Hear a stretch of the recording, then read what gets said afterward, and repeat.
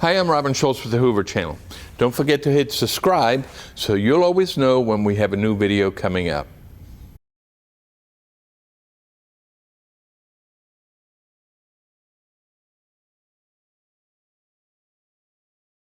Work session to order. See, Monday night we will review payment of bills, go over minutes for July 9th and July 13th, and have a resolution number 890726 appointing a member to the Healthcare Authority of the City of Hoover. Mr. Iber. Yes, thank you, Mr. President. I expect on Monday for us to consider a resolution to appoint a member. The reason why we are doing so is that Alan Paquette, who has served us well for many years, has a lot of things on his plate and has decided to focus on some other things for now. So because of that, there's a vacancy, and it is a council appointment. And I have shared with the council members the resume of the individual that I am nominating for this role. Okay. We'll share the name on Monday night. We will take that on Monday night. Since that name is not shared, though, I will ask that we move that off the consent agenda. I think onto the regular that agenda. makes perfect sense, and that will also allow for a photo opportunity if we would like to have one. All right. Moving on to resolution 889126, authorizing the mayor to exercise the city's right to terminate the client service agreement with USI Insurance Services, LLC, by providing 60 days written notice as provided in the agreement. Mr. Waldrop, Mr. Munger, you want to take this? I can speak to that. In that brokerage agreement, there is a 60-day termination letter that has to be done. The mayor has indicated that he would like to have a similar agreement with a different firm, Randy Jones and Associates, and they are, if they have not already done so, they're opening an office in Galleria Tower. They have offices in several states. They're part of the Levitt Group that has other offices. And what we'd like to add to this would be that the mayor is authorized to do the termination notice, but he's also authorized to negotiate an agreement that'll be similar, but we believe with better benefits with Randy Jones and Associates. And that agreement will come back for the council to approve at some point before October 1. Very good. Comments or questions from council? Okay, moving on. We'll go to resolution number 890626, authorizing the mayor to execute a cooperation agreement with the Shelby County Commission for a Community Development Block Grant Entitlement Program, Shelby County, Urban County. Mr. Munger. Yes, sir. So in your packet, you have some correspondence from Shelby County's relevant department head that administers this program. These are HUD funds that are passed down to entitled entities of government, which at counties, that threshold is breached when you exceed 200,000 in population. So Shelby County has been an entitled entity for 3 years. During that last 3-year cycle, the city was not affiliated with any county, nor did we administer our own HUD funds. The city in the past has administered CDBG funds on its own. We've also partnered with counties to administer these funds. And because of HUD's split place rule, that means our population as a municipality that resides in 2 counties, whoever we affiliate with gets to count our entire population. And the entire area of the city is also eligible for funding. So even under Shelby County, if the senior center qualified for something, we would be able to utilize those funds as allocated by the board, and the city would also be granted a seat and a vote on that board that actually makes those funding decisions. In your packet, I've included some maps that are generated from HUD data showing the city limits as well as funding awards of the different program types over time. As you would expect with a program that mostly focuses on low to moderate income census tracts, the city has had relatively few opportunities under this program, but there are some areas that we can benefit from things from fire equipment, playground equipment, just different public infrastructure that we will have a chance to compete for.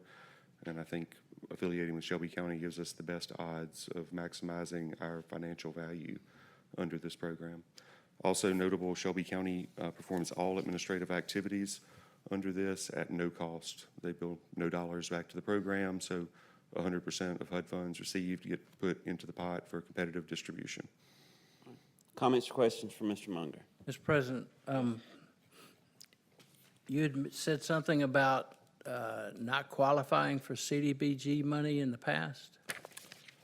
No, I said the city has relatively few census tracts that qualify for CDBG funds. Correct. Because of the low to moderate income threshold. Right, We have qualified for some, which are marked on your. right. But the You're right. city has qualified for CDBG funds in the past. Correct. The Jefferson County portions, are we still going to qualify for those, or are those going to go to Shelby County? So the city's population, because of the split place rule that HUD has, that means that our entire population would count towards the Shelby County funding formula. And that same case was accurate in the last 3 years when the city affiliated with no county. No one counted our population, so no county benefited from our population and the additional funds that could have come to their program from that. So our whole population will count towards the Shelby County funding matrix from HUD, and the entirety of the city limits would be eligible to receive funding from Shelby County to benefit it, including those areas that are actually outside Jefferson County, because we would be affiliated with their CDBG consortium. Do you know what the funds have averaged for Hoover over the last 5 years? Are they in your documents in our printout? They are.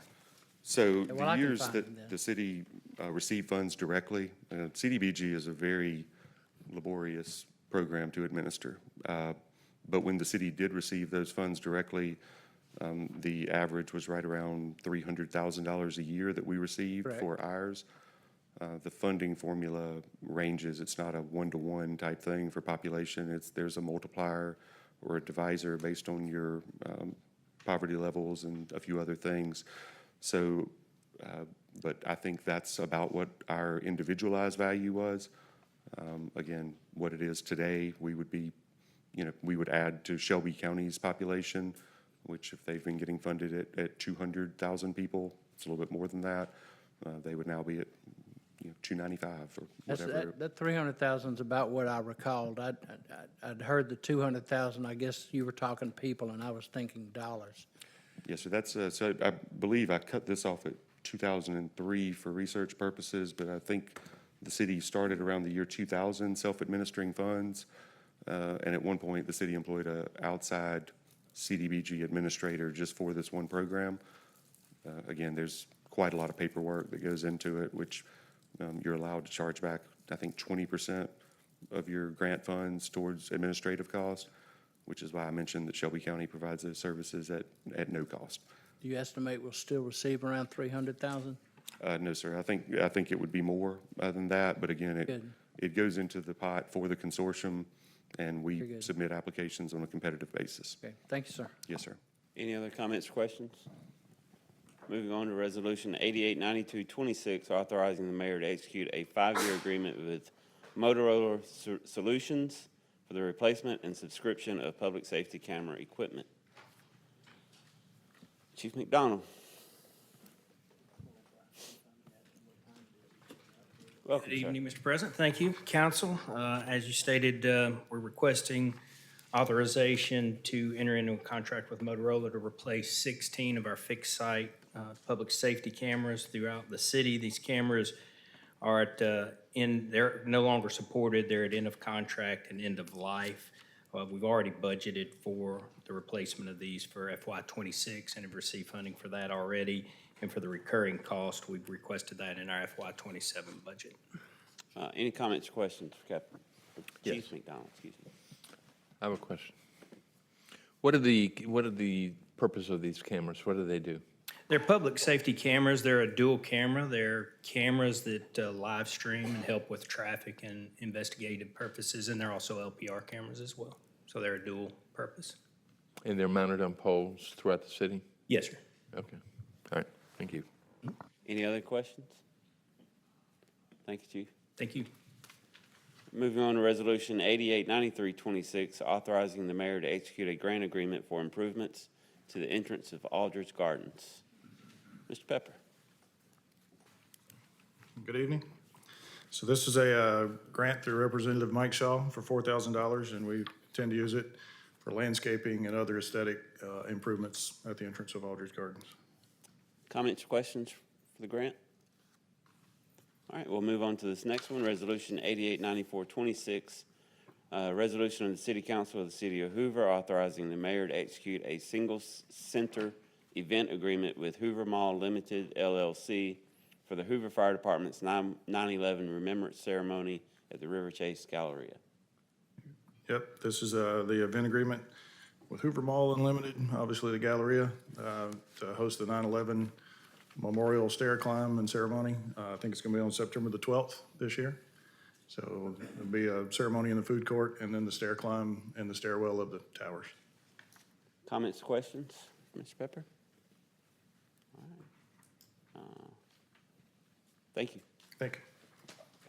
Moving on to resolution number 889526, declaring that certain personal property is not needed for public or municipal purposes and directing the disposal. Mr. Moore, welcome, sir. Mr. President, Council, this is 44 pieces of equipment and vehicles that are no longer needed with various fire department and library, furniture and other items from the police department as well, to be disposed of by auction, donation, or recycling. Very good. Any comments or questions for Mr. Moore? Mr. President, Dustin, are any of these fire apparatus? No, sir. Thank you. Any other comments or questions? All right, thank you, Mr. Moore. Resolution 888026, accepting the finalization of change orders and project for the new Hoover Fire Station number 1. Mr. Miller and Mr. Aho, welcome. Good evening. So yes, thank you so much for your attendance today. I think every council member here tonight was in attendance to the fire hose uncoupling event that we had, which I think went off. Great job, Chief Bentley, on that and your staff. So thank you for your support. More than that, thank you for your patience on this project. We really do think that this will be a giant asset for the city. This will be a great building for us to house and to represent the city moving forward many years to come. So yes, what you have before you is the item to reconcile all change order requests, apply all applicable liquidated damages, and establish that no additional change order requests will be considered, and authorize the final closeout of the project. I do have Mr. Tim Aho with us tonight. He did an excellent job managing this project for us, designing this project for us. Great partner. So if you have any additional questions regarding that, he's here. Mr. Aho, I just want to thank you for your work on the project. It's a beautiful facility. It's going to serve Hoover well for many years to come. So Thank you. excellent work. We had a great team. Now any- we can get on to the fun part, right? That's right. Any comments or questions for either of these two gentlemen? Mr. President, Mr. Miller, what was the cost of the purchase of the property? Of the purchase of the property, oh goodness. I wasn't ready for that one. I can get that for you, Mr. Smith. I Thank want you. to say it was, gosh, when did we do that? It was back in 23, I believe, somewhere around, Chief, do you remember? 1.2. I can get that I was going number to say back to you. 1.4, so I think you're close. Close enough. We'll get that number to you. Thank you. That'll do. Thank All you. right, thank you. Any other comments or questions? Thank you. All right, thanks. Thank you. Moving on to Resolution 889626, to designate those able to perform weed abatement work within the city of Hoover. Mr. Martin. Yes, sir. We are asking the city council to, by resolution, designate JRH Incorporated as an authorized contractor to perform weed abatement on private property when we have nuisances that are declared. We essentially are using the same personnel as we were before. They used to be under PS Site Management Consultants Incorporated. That business sold to JRH. And so this is putting a bow on that transition as far as our paperwork is concerned. Comments or questions for Mr. Martin? All right. Moving on to Resolution 889726, authorizing the mayor to execute a GIS data sharing agreement with Central Alabama Water. Yes, sir. So the purpose of this agreement is to govern the sharing and exchange of GIS data, information, and products between the city of Hoover and Central Alabama Water, and lay out the parties' respective criteria for use of that data and sharing of the data. So what precipitated the need for this, we recently had an audit of the accreditation for Hoover Fire Department. One of the bits of feedback that we received from that accreditation process, some room for improvement, was incorporating into our geographic information system, our GIS, water infrastructure, such as location of valves, mains, et cetera. And so this agreement would allow us to obtain that information from Central Alabama Water, along with any other pertinent information from that entity to incorporate as we build into our geographic information system, and vice versa. If there's information that we have that we can share to help reduce additional cost by CAW in acquiring new data, we would provide that as well. Very good. Any comments or questions regarding this issue? Mr. President, Mac, can other providers provide that same type of information? Like, I know we've got another, don't we have another provider in the far west part of the city? We may have some provision from Bessemer Water as well. Chief, do we still have some Bessemer water hydrants out that way? We operate under 4 different water systems. When we went through the accreditation process, Birmingham or Central Alabama Water being the largest provider, Right. they just suggested to us as an improvement to work with the largest first, and we can identify the other infrastructure needs with the other water systems a lot easier having to do this contract. So Yeah, I was just wondering if the others have the capability of being able to provide the information that you're looking for. they do. Very good. Thank you. Any other comments or questions for Mr. Martin? Thank you, sir. Moving on to Resolution 889826, accepting the dedication of a storm drainage easement and stormwater drainage improvements located on property of Rogina Investment Corp. Pursuant to the mutual release and settlement agreement. Ms. Ginn. You're not Ms. Ginn. Yeah, Mr. Promer. yeah, substitution. So this is better known as the River Chase Lorna Project. So resolution accepts the dedication of storm drainage easement, repaired stormwater drainage improvements from Regina Investment Corp. Pursuant to the agreement, it authorized the city to assume ownership, operation, and maintenance of the easement and related drainage infrastructure as part of our MS4. In your packet, you'll see that you have a map that outlines the easement and also the legal description. And then separately, there's also the certificate of completion from our engineer, which was Neil Schaefer, and also a certificate from the contractor, basically releasing no lien. So we're free and clear. All right. Any comments or questions for Mr. Promer? Very good. Thank you. Resolution 888526, awarding a bid and authorizing the mayor to execute an agreement for bid number 26-004, River Chase and Inverness WWTP generators replacement with Matson's Incorporated. Mr. Welch. Good afternoon. This resolution is the award recommendation for the Inverness and River Chase wastewater treatment plant generator replacement project.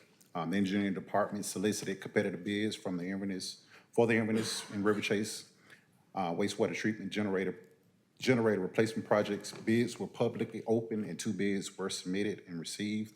Maston Inc.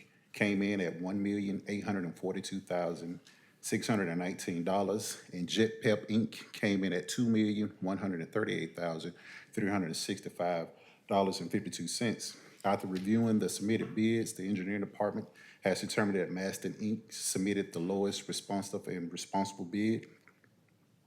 The project includes replacing and the installation of 2 new emergency generators, ATS switches, and generator docking stations at both plants. These improvements will enhance the reliability and resilience of the city wastewater treatment plant facilities by providing dependable emergency backup during utility outages. Funding for this project was provided through the $6.1 million critical sewer needs allocation. This is the final project included in that funding request. Prior to this award, approximately $219,264.62 has been allocated or expended. Approval of this contract in the amount of $1,842,619 will increase that total allocation or expended under that critical sewer needs to approximately $5,061,883.62, leaving approximately about $990,000 remaining to be spent. You want to throw some more numbers in there? Hey, I want to make sure you had, had everything you needed. Any Let you know comments? that we are spending the money like we said we were. Mr. President, I almost feel like that old Abbott and Costello of who's on first. You say this is coming out of the $6 million that was budgeted by the previous administration, correct? Yes, sir. Is this the last of it or just the next step? There's other steps, but this is the first part of it. Okay, so there's still remaining funding for, Yes, we do still have remaining projects out Okay. there that will All need right. to be done. I was just wondering where things stood after these funds are spent. So, very good. You were throwing out, like Mr. President said, you're throwing out a lot of numbers, so I just making sure. Thank you, sir. Yes, sir. Have a Any great other day. comments or questions? Thank you, Mr. Welch. Resolution 8900-26, authorizing the CFO, city treasurer, to execute documents on behalf of the city of Hoover to increase the city's Regions Bank credit card limit. Dr. Lopez. Good evening. Basically, this is exactly what it says, to increase our credit card limit by about $50,000. This will help us between SEC and the July 4th events. We ran into some issues with that, so this is going to help us not run into that problem. So. Comments or questions? I see. Do we get a card? No. No comments or questions from that end. We got Mr. Smith down here. I thought maybe you just want to borrow my wife's card. Well, if you're willing. She probably doesn't have that much left. I hear you. All right, you've got the next one as well. Resolution 890126, electing to participate in the provisions of Act 2026-608 of the 2026 regular session of the Alabama Legislature and authorizing funding of the one-time lump sum payment for eligible retirees and beneficiaries. Yes, so this is the one-time lump sum benefit for the current retirees. We chose to do the lump sum. As you can see, it's just over $143,000. It'll also be on the budget amendment, which is the next item. And we have, I think it covers close to 403 retirees. Very good. So it's kind of like almost a one-time COLA for current retirees. This is only allowed through the state legislature, and then once they pass that, each city has the option to opt into it as well. So we always feel that it's important to honor those that came before us. They've certainly built this city up to where we are benefiting from their work and their past efforts. So I think they certainly deserve it. Any other comments or questions regarding this? President, I don't know, you could really call it a COLA. It's $1 per month for each month that you served with the RSA retirement system. I think the average is going to come up to about $120 to $140 per employee. Is that right? I think that's enough to pay off your wife's credit card that you were talking I about. think so. It's a lot less than her minimum. It's a lot less than her minimum payment. I know that. But that's about average, isn't it? Now, is that for somebody that has a a full 25 years and more, or is that anybody that pulls retirement? I believe it's for anybody that was eligible to retire. Okay. Yeah. Well, Mr. President, I'll be abstaining from this vote. Very good. Ms. Driver? Just a clarification question. Is this one-time benefit something that the legislature does on a regular or annual basis? No, it's actually not very often that they do it. And is our precedent, as Counselor Middlebrooks described, that we always participate? From my memory, anytime this came up, I cannot remember a time that we did not do it. Okay, thank you. Any other comments or questions? All right, moving on to Resolution 889926, approving a budget amendment for fiscal year ending September 30th, 2026, for various departments related to organizational, personnel, operational, and grant-related changes. So yes, if you have Exhibit A in front of you, we have several items on this amendment. We've been trying to have one amendment a month at the most. We've heard about some of these items already. Number one is the item we were just referring to, the RSA bonus for the retirees. Item two is related to some reallocation of sewer funds to get 3 new motors serving the anaerobic and anoxic basins at Inverness Wastewater Treatment Plant. If you have any questions, talk to Jason.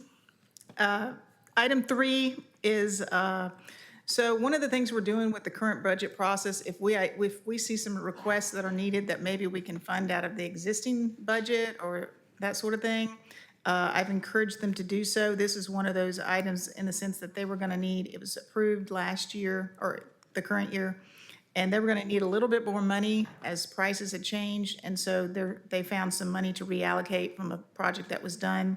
And this is for the AV equipment at the Omaha Club at the Met. Also, item four is related to apparently the grant portion of the Lock Haven Pedestrian Improvement Project, which was $800,000. That was not was not budgeted, and so we are just going ahead and truing that up for, there's revenue and expense in and out. Item five, some various fire department. Again, this also involves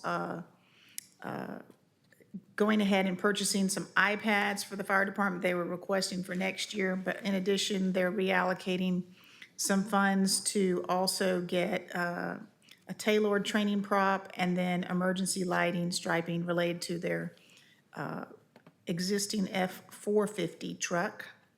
So those are kind of in and outs. Item six, as you all know, fuel costs have gone up. So there's $200,000 increase for fuel that we hope to get us through the end of the fiscal year, as well as $100,000 for fleet repairs to get us through the end of the fiscal year.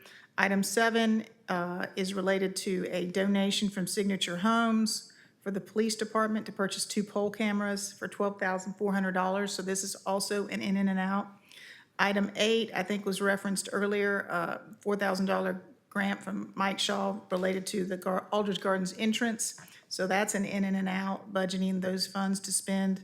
Item nine is we received another year of the high-intensity drug trafficking grant and for $74,000. So that's also an in and an out with revenue and expense. Item 10, out of the opioid funds, they're going to purchase 100 automatic external defibrillators for the police department, and that's $147,000 out of that special revenue fund. Item 11 is related to a position in the library. It involves no money. It's just reclassifying the title from library communication specialist to librarian. So that does not involve any funds. Item 12, you may remember a few months ago, we kind of changed up how the police officer reserves were done.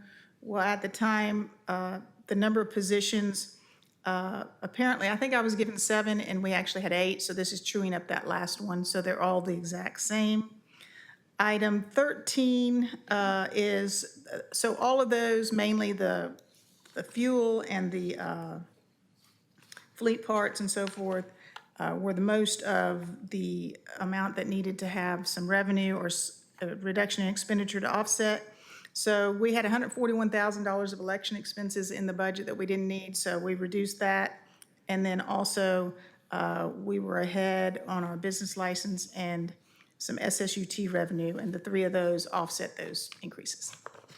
Very good. Comments or questions for Dr. Lopez? Dr. Lopez, are SSUT or these other funds greater than the 443,000? I'm assuming so. Yeah, so the election took 140,000 of it, reducing those expenses, and then we expect SSUT to actually be a little bit higher than what's going to be used in this. Right. I guess looking towards the end of this budget year, we're seeing that are we going to be on budget? Are we going to be, our funding? We'll be ahead of budget with the SSUT a little bit. That's why we're able to use Okay. this. We'll also be ahead of budget on the business license, Okay. even after this, not by a bunch on that, but maybe 50,000, so. Thank you. Any further comments or questions? Dr. Lopez, on item number 7, what kind of cameras are those? They were poll cameras to monitor, Yes, ma'am. I see that, but what brand are they? What type are they? What is their function? I'm going to ask the expert chief. Councilman, I do not have that information, but I'll get that for you. Yeah, if we can get that by Monday. Thank you.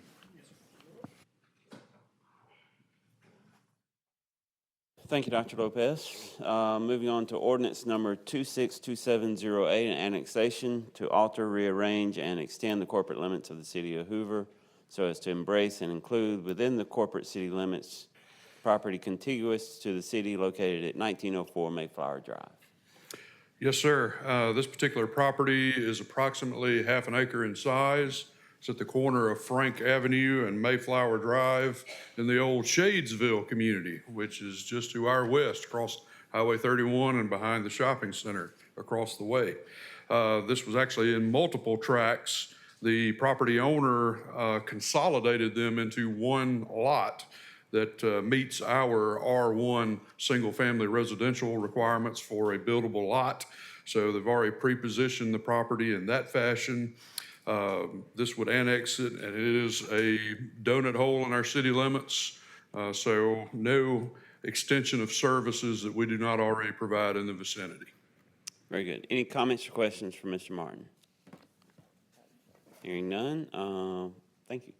We'll move on to resolution number 888826, authorizing the use and grant of public funds and things of value in aid of a private entity pursuant to Amendment 772 of the Alabama Constitution in connection with an amendment to the development agreement with Broad Metro for Stadium Trace Phase 1.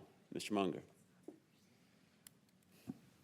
Yes, sir. So as Mr. Barnett spoke to the council about at the previous meeting, all of our public involvement and really all the correspondence that you've received previously was about 2 agreements. There was a snafu in the publication process. Advertisement was done for 1 agreement. So we are now back with the second part of that, which relates to the first phase of Stadium Trace. This extends the timeline for that project, as I spoke to previously, and also increases the maximum cap should the sales continue to grow. That would be in the final years of that agreement that they are extended to. Very So good. this is presented jointly with what was acted on previously, and if approved, we would move forward with validation on this. Any comments or questions regarding this item? Mr. Schultz.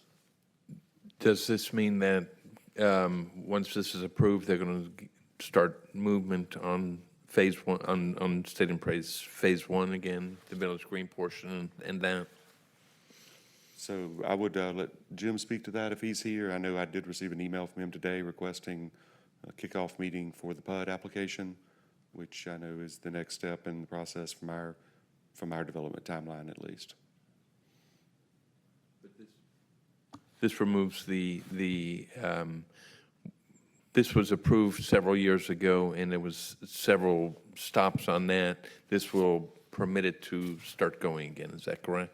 Correct. And there are also, there's some limiting language and clawback language here regarding certain things and timelines they have to meet So the expectation is that they will be moving forward on that, and if not, there are some penalties associated with it. Thank you. Mr. Lovell? Yes, Mr. President, I do have one question that you may not know the answer to, but I know your research skills, so you'll find out for us. What precedent do we have in the city for increasing the amount previously awarded under a 772 agreement?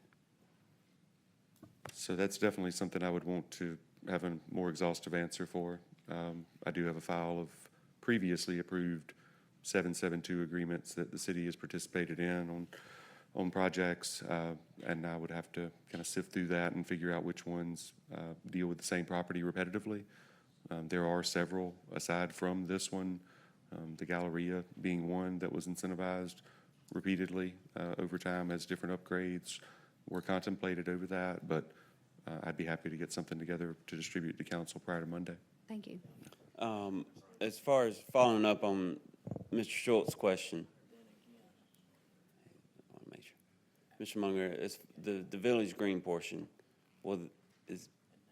are any substantial changes expected on that portion of the project that would require them to hold off on developing that further until the new PUD is approved? No, there are none. So there is a 120-day action period that's built into this. So again, what was presented by the developer previously remains unchanged. They should be beginning work on that within 120 days, and that language is reflected there with also some clawback language that's associated with non-action on that. Thank you, sir. Any other comments, questions? Moving on to resolution number 890226, declaring a weed and other vegetation nuisance and directing the abatement of said nuisance. So we're going to take all these in one motion on Monday night, and we'll go through. So this is resolution 890226, 890326. That's, first one was 237 Russet Woods Drive. We've got 2152 Larchmont Drive. Resolution 890426 for 3469 Birch Tree Drive. Resolution 890526, and this would be declaring as a public nuisance for 547 Turtle Creek Drive. Got all those, Mr. Martin? Yes, sir. So the first couple that you have for Russet Woods Drive, Larchmont Drive, and Birch Tree, those are overgrown weeds and grass. At present, they are not in compliance with city code. So we would ask those to remain on the agenda. We'll check, of course, again before the council takes any action, just to see if there are any updates between now and then. The last one you read for 547 Turtle Creek Drive, that is a hoarding case where we have property outside of the home that has accumulated an inordinate amount of trash, various and sundry appliances, and a whole host of other items that are not customarily found in one's yard. So we are looking forward to being able to either force the property owner to self-abate or, if need be, pursue legal action in order for us to go and abate it for them. Very good. Comments, questions for Mr. Martin? I have a question. Mr. Martin, on a previous item, we approved a company to take care of the abatements. What is the average cost of doing this type of work when a property comes up for us? For the grass and weeds, we average anywhere from $1,500 to $2,500 for abating, and that is taking it down to freshly cut lawn. If there's any privet hedge or anything of that nature that's growing wild in the middle of the yard, they'll take care of that for us as well. But for items such as Turtle Creek Drive, that's going to take some additional steps, and we would not have our weed and grass contractor handling that case. And once the work is done, then a lien is put on there. We try to collect the money. Is that correct? That's correct. Okay, and we go through that with the lien process as well? Yes, sir. Okay. Very good, thank you. Any other comments or questions?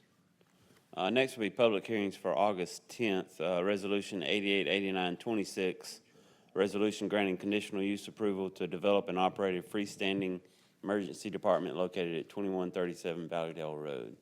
Yes, sir. This would be a standalone ER that would locate on Valleydale Road, directly across from the Lowe's, near the interchange with I-65. Planning Commission reviewed this case, considered it at their meeting last month, and it comes to you with a positive recommendation with a couple of conditions. One, that they obtained Shelby County approvals for the conditional use plans addressing their comments from May of 2026. There were a few technical items that wanted to make sure that Shelby County was aware of, and they were satisfied. Let's see. Also, we had a traffic study ensuring that that was completed. They did produce a study to us, stamped by a professional engineer from Alabama, just ensuring that any alterations that are needed going forward are acceptable to Shelby County. And when they come in with their permit set, making sure that the landscape plans include an altered plant schedule and parking screening. Comments, questions for Mr. Martin? Mr. Martin, is this going to have a helicopter pad by any chance? By law, they are required to have a helicopter pad. However, the use of that facility, as it's been described to us, is very rare. So they'll have one, it just will be rarely used. That's correct. Mr. President, you know, it hasn't been that many years ago that we were all wanting medical facilities in the city. And this will be the third freestanding ER in Hoover. One on 280, the original one on Highway 150, John Hawkins Parkway, and now this one on Valleydale.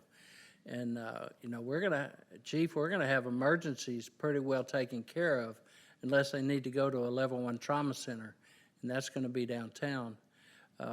We'd be able to get them there quicker than a helicopter could get to them. I just think that it's amazing that people are willing to invest in Hoover, knowing that this community is in a position to want these type of services. Ground transportation, we seem to have that pretty much under control. There are times when you would use air ambulance. There are definitely times. We've used helicopters before when we've had extended extrication times. But typically, land-based transport is better for us. We just got to be cautious with where we take our patients to these freestandings because they don't always have the level of care that patients might need. So we want to make sure as we're transporting patients to those locations, we're taking them to the right locations so they don't have to be transferred. We do make transfers a good bit at these freestanding ERs to take them from one place to another because of the level of care that they might need. Do they go through TCC on every patient, even though they're going to a freestanding facility? We do use TCC to identify, depending on the type of emergency, such as a stroke, MI, heart attack, those type of things, trauma. Thank you, sir. I apologize, Mr. President. I was looking at an outdated list of conditions. The conditions that come to you from the Planning Commission are actually as follows: revised landscape plan with altered plant schedule, obtain Shelby County approvals for alterations prescribed in the traffic study, site constructed in substantial conformity to the conditional use plans, and then finally, obtaining the business license and CO prior to opening. Thank you. To piggyback on Mr. Smith's comment, so at least these freestanding emergency hospitals free up a lot of so your more serious conditions go to the traditional hospitals, which frees up a lot of these freestanding emergency rooms for, you know, families that just need quick care. Our family has used 10150 numerous times, and I mean, man, it has been a breath of fresh air going there instead of having to fight the hospital emergency room, so.